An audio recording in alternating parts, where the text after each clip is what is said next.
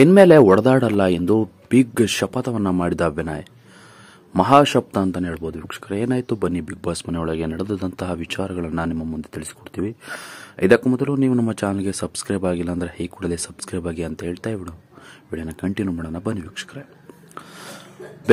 Big boss ಮನೆಯಲ್ಲಿ ವಿನಯ್ ಮಹಾಶಪಥ ಮಾಡಿದ್ದಾರೆ. ಇನ್ಮೇಲೆ ಹೊಡೆದಾಡಲ್ಲ, ಅಗ್ರೆಸಿವ್ ಆಗಿ ಹಾಡಲ್ಲ ಎಂದು ವಿನಯ್ ಪ್ರಮಾಣವನ್ನ ಮಾಡಿದ್ದಾರೆ. ಬಿಗ್ ಬಾಸ್ ಕನ್ನಡ 10 ಕಾರ್ಯಕ್ರಮದಲ್ಲಿ ಸೀಸನ್ 10ರ ಕಾರ್ಯಕ್ರಮದಲ್ಲಿ ಟಾಸ್ಕ್ಗಳಲ್ಲಿ ಹೆಚ್ಚಾಗಿ ಅಗ್ರೆಸಿವ್ ಆಗಿ ಹಾಡುವವರು ವಿನಯ್. ಕಳೆದ 11 ವಾರಗಳಲ್ಲಿ ನಡೆದ ಹಲವು ಟಾಸ್ಕ್ಗಳಲ್ಲಿ ಹೊಡೆದಾಟ, ತಳ್ಳಾಟ ನಡೆದಿವೆ.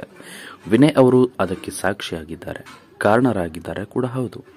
11 ವಾರಗಳ ಕಾಲ ಅಗ್ರೆಸಿವ್ ಆಗಿ ಹಾಡಿದ ವಿನಯ್ ಇನ್ಮೇಲೆ ಅಗ್ರೆಸಿವ್ ಆಗಿ ಹಾಡಲ್ಲ ಎಂದು ಪ್ರಾಮಿಸ್ ಮಾಡಿದ್ದಾರೆ. ಇನ್ಮೇಲೆ ನಾನು ಹೊಡೆದಾಡಲ್ಲ, ಎಷ್ಟು ನೀಟಾಗಿ ಹಾಡೋಕೆ ಆಗುತ್ತೋ ಅಷ್ಟು ನೀಟಾಗಿ ಹಾಡ್ತೀನಿ ಎಂದು ವಿನಯ್ ಮಹಾ ಶಪಥವನ್ನ ಮಾಡಿದ್ದಾರೆ. ಶಪಥ ಮಾಡಿರುವ ಪ್ರಕಾರ ವಿನಯ್ ನಡೆದುಕೊಳ್ತಾರೆ ಎಂಬುದನ್ನು ಕಾದು ನೋಡಬೇಕಿತ್ತು. ಆದರೆ ಎಷ್ಟು ದಿನ ಒಬ್ಬರ ಮೇಲೆ ಕಂಡ್ರೆ ಹಾಗಲ್ಲ, ಒಬ್ಬರ ಮೇಲೆ ದ್ವೇಷ ಮಾಡೋದು, ಸಿಟ್ಟು ಮಾಡೋದು ಅತಿ ಹೆಚ್ಚಾಗಿ ಕಂಡು ಬರ್ತಾ ಇತ್ತು ವಿನಯ್ ಮೇಲೆ. ಆದರೆ ಇವತ್ತು ವಿನಯ್ ಅವರು ಸ್ನೇಹದ ಸಂಬಂಧವನ್ನು ಕೂಡಿಸುವ ಪ್ರಯತ್ನವನ್ನು ಮಾಡ್ತಾ ಇದ್ದಾರೆ. ಎಲ್ಲರ ಕೈಲೂ ಕೂಡ ಚೆನ್ನಾಗಿ ಮಾತನಾಡ್ತಾರೆ, ಚೆನ್ನಾಗಿ ಆಟಗಳನ್ನು ಆಡುವ ಪ್ರಯತ್ನವನ್ನು ಕೂಡ ಮಾಡ್ತಾ ಇದ್ದಾರೆ.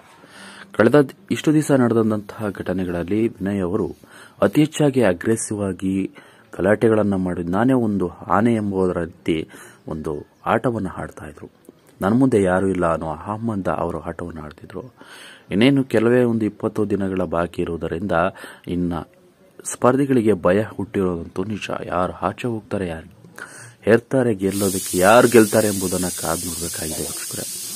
ಆದರೆ ಇವತ್ತು ವಿನಯ್ ಅವರು ಇದನ್ನೆಲ್ಲ ಅರಿತುಕೊಂಡು ಕೊನೆಯ ಬಾರಿ ಇದೀಗ ನಾನು ಜಗಳ ಆಡೋದಿಲ್ಲ, ಯಾರ ಜೊತೆನೂ ಸ್ನೇಹ ಪ್ರೀತಿ ನಿಯತ್ತಿಂದ ಆಟ ಆಡ್ತೀನಿ ಎಂಬುದನ್ನ ಪ್ರಮಾಣ ಮಾಡಿದ್ದಾರೆ ನಮ್ರತಾ ಅವರ ಜೊತೆ. ಇದರ ಬಗ್ಗೆ ನೀವೇನು ಹೇಳ್ತೀರಾ, ನಿಮ್ಮ ಅನಿಸಿಕೆಗಳನ್ನು ತಿಳಿಸಿ ಅಂತ ಹೇಳ್ತಾ ವಿಡಿಯೋನ ಮುಗಿಸ್ತಾ ಇದ್ದೀನಿ ವೀಕ್ಷಕರೇ. Thank you.